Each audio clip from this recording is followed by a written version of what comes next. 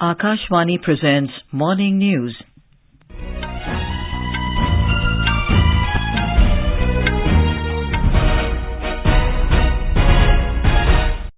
Good morning. I'm Anuja Kumar. The headlines. Prime Minister Narendra Modi to embark on a three-nation tour of Japan, Papua New Guinea and Australia this morning to attend G7 summit in Japan. Prime Minister to dedicate to the nation newly constructed Parliament building in the national capital on 28th of this month. Karnataka Governor invites Congress leader Siddaramaiah to take oath as Chief Minister and D.K. Shivakumar as Deputy CM. Supreme Court stays West Bengal government order to ban screening of film The Kerala Story in the state. New Delhi says it is in regular touch with U.S. authorities to ensure speedy and early extradition of 26/11 Mumbai terror attack accused Tahawwur Rana. And tennis legend Rafael Nadal withdraws from French Open due to injury.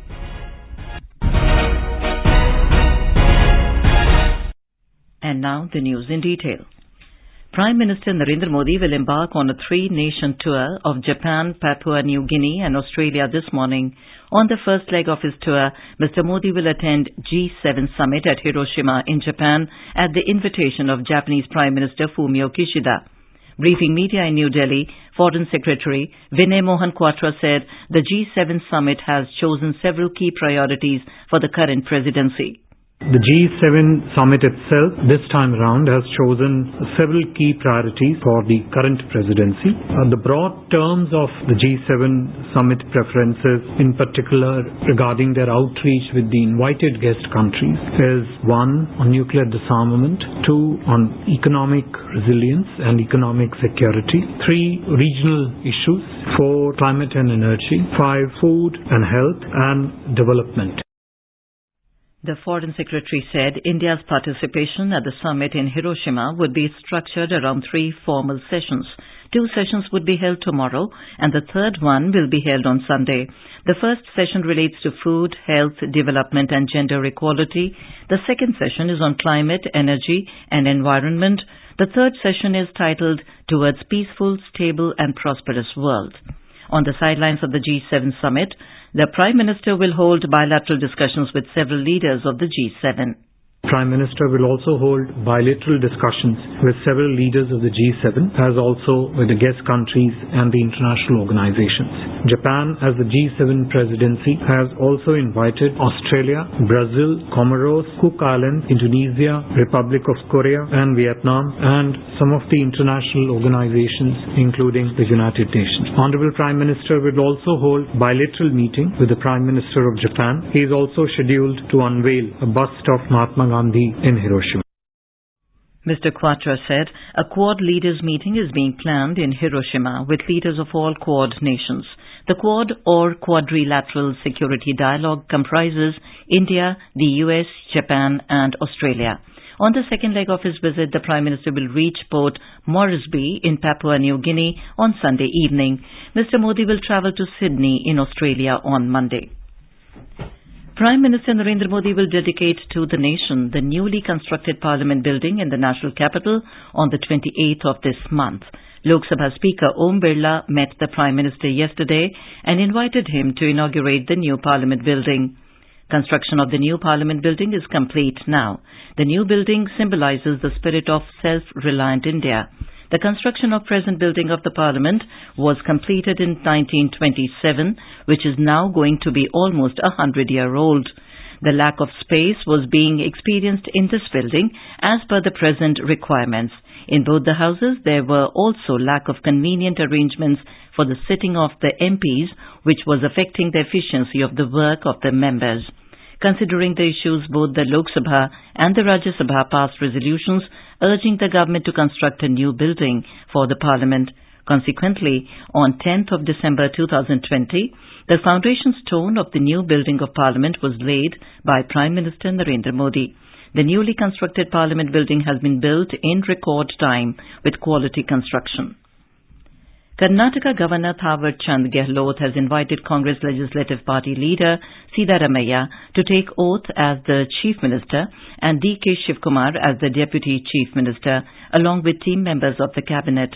The letter written to Mr. Siddaramaiah says that the swearing-in ceremony will be held at 12:30 p.m. tomorrow in Kantirava Stadium. A Congress Legislature Party meeting was held in Bengaluru last evening. During the meeting, Mr. Shivakumar moved a resolution to elect Mr. Siddaramaiah as the new leader of the Congress Legislature Party, and all the members in the meeting endorsed it unanimously. More from our correspondent. Elaborate arrangements are being made at Kantirava Stadium for the swearing-in ceremony tomorrow. Former Congress President Sonia Gandhi and her son Rahul Gandhi and daughter Priyanka Gandhi are invited for the ceremony. Congress National President Mallikarjun Kharge has invited Tamil Nadu Chief Minister M.K. Stalin, West Bengal Chief Minister Mamata Banerjee, Bihar Chief Minister Nitish Kumar and National Conference Chief Farooq Abdullah. The CPIM leader Sitaram Yechury has also been invited. Chhattisgarh Chief Minister Bhupesh Baghel, Rajasthan Chief Minister Ashok Gehlot and Himachal Pradesh Chief Minister Sukhwinder Singh Sukhu are among the invitees. Sudhindra, Akashvani News, Bengaluru. This is Akashvani giving you the news. For quick news updates round the clock, follow us on our Twitter handle at AIR News Alerts. As the Narendra Modi government is completing 9 years in office this month, Akashvani News is bringing a series of special stories on the initiatives taken by the government. Today, we take a look at the steps taken to increase tax transparency in the country. Taxes play an important role in nation's progress. Taxes are used by the government for carrying out various welfare schemes and building a robust infrastructure in the country. For developing an efficient tax culture, transparency is needed in the tax structure and its collection mechanism. During the past 9 years, the government has taken a slew of measures to increase the tax transparency, driven by the Prime Minister's vision of empowering the taxpayers, providing a transparent tax system, and honoring the honest taxpayers. While launching the platform for transparent taxation, honoring the honest, the Prime Minister has said that ongoing reforms aims at making the tax system seamless, painless and faceless. Corporate tax के मामले में हम दुनिया में सबसे कम tax लेने वाले देशों में से एक हैं। कोशिश ये है कि हमारी टैक्स प्रणाली सीमलेस हो, पेनलेस हो, फेसलेस हो। सीमलेस यानी टैक्स एडमिनिस्ट्रेशन हर टैक्स पेयर को उलझाने के बजाय समस्या को सुलझाने के लिए काम करे। पेनलेस यानी टेक्नोलॉजी से लेकर रूल्स तक सब कुछ सिंपल हो। फेसलेस यानी टैक्स पेयर कौन है और टैक्स ऑफिसर कौन है, इससे मतलब ही नहीं होना चाहिए। लागू होने वाले ये रिफॉर्म्स इसी सोच को आगे बढ़ाने वाले हैं। Introduction of Goods and Service Tax, Amendment in Taxation Laws and Vivad Se Vishwas Act, a series of measures in the direction of increasing tax transparency in the country. These measures resulted in increased tax collection. Bhupendra Singh, Akashvani News, Delhi. The Supreme Court has put a stay on the West Bengal government's order to ban the screening of the film The Kerala Story in the state. A bench headed by Chief Justice of India, Justice D.Y. Chandrachud, said it is the duty of the state government to maintain law and order, as the film has been granted certification by the Central Board of Film Certification. The bench said the prohibition order by the West Bengal government is not tenable. The apex court said fundamental right to free speech can't be made dependent on public display of emotions. The court said legal provision cannot be used to put a premium on public intolerance. It said additional security can be provided for every cinema hall screening the movie, and requisite arrangements can be made for movie-goers who want to see the film. With regard to Tamil Nadu, the top court said no steps shall be taken by the state or its officers or instrumentalities, including police, to prevent the screening of the Kerala Story. While West Bengal had banned the movie after 3 days of its screening in theatres, Tamil Nadu has not banned the film, but the exhibitors have withdrawn from cinema halls owing to security concerns. Jammu and Kashmir Lieutenant Governor Manoj Sinha interacted with the members of civil society groups, Panchayati Raj institutions and representatives of various organizations yesterday. He held a discussion with them on the upcoming 3rd G20 Tourism Working Group meeting to be held in Srinagar from 22nd to 24th of this month.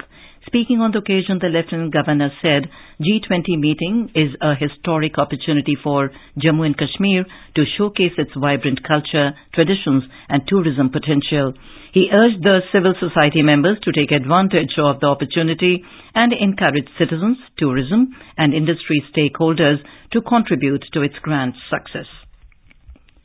The External Affairs Ministry has said that India is in regular touch with the US authorities to ensure that there is speedy and early extradition of 26/11 Mumbai terror attack accused Tahawwur Rana. Replying to media queries in New Delhi, Foreign Secretary Vinay Mohan Kwatra said a judgment was given by the local US court there on the matter. He added that conversation of India with the US side is continuing. The United Kingdom has announced a ban on Russian diamonds alongside the military-industrial complex and metals in fresh round of sanctions ahead of G7 meeting in Japan. In a statement, the UK government said the ban has also been announced on imports of Russian-origin copper, aluminium and nickel. Along with these trade sanctions, the UK is also preparing to target an additional 86 members of Russia's military-industrial complex, as well as those engaged in vital industries, including energy, metals and shipping. The United States said it will also unveil new sanctions to extensively restrict Russia's access to goods that matter for its battlefield capabilities. Social media platforms Twitter and Google have registered a big win in US Supreme Court as the court ruled that internet companies cannot be held accountable for the content posted on their sites. The judges debated two cases in which the families of terrorist attack victims claimed that Google and Twitter should be held accountable for aiding and abetting ISIS, which resulted in the death of their loved ones. On to sports now. Tennis legend Rafael Nadal has pulled out of the French Open due to a hip injury that has sidelined him from the game since January. Nadal, who is the owner of a record 14 championships at the clay court Grand Slam tournament, will miss it for the first time. The Spaniard made his debut in the tournament in 2005. Speaking to reporters in Manacor of Spain, Nadal said that he expects 2024 to be the final season of his career. He said he does not want to set a date for his return to the tennis tour, but expects it to take months, but cleared his intention to retire next year. The French Open begins at Roland Garros in Paris on 28th of May. In Italian Open tennis, reigning Wimbledon champion and 7th seed Elena Rybakina will take on former French Open winner Yelena Ostapenko in the semi-finals of women's singles in Rome tonight. In the second semi-finals, Russia's Veronika Kudermetova will be up against Ukraine's Anna-Helena Kalinina. In men's singles, 3rd seed Daniil Medvedev will take on 5th seed Stefanos Tsitsipas in a blockbuster semi-final tomorrow. In IPL cricket, Royal Challengers Bangalore defeated Sunrisers Hyderabad by 8 wickets in Hyderabad last night. Today, Punjab Kings will take on Rajasthan Royals at Dharamshala. The match will begin at 7:30 p.m. And now, for a look at today's newspapers, it's over to Renu Kataria.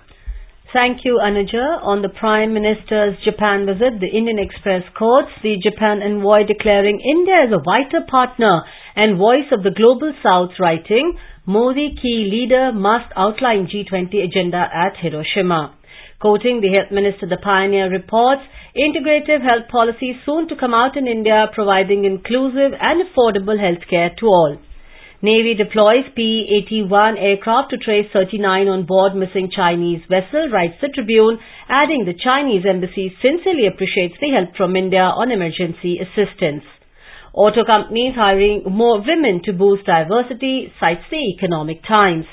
SC upholds Jallikattu, 2 other animal sports as legal, notes the Hindustan Times. And finally, the Times of India writes about the new Parliament building having a 150% more seating capacity of MPs to open on May 28, coinciding with Veer Savarkar's anniversary. And with that, it's back to you, Anuja. Thank you, Renu. And now, before we end the bulletin, the headlines once again.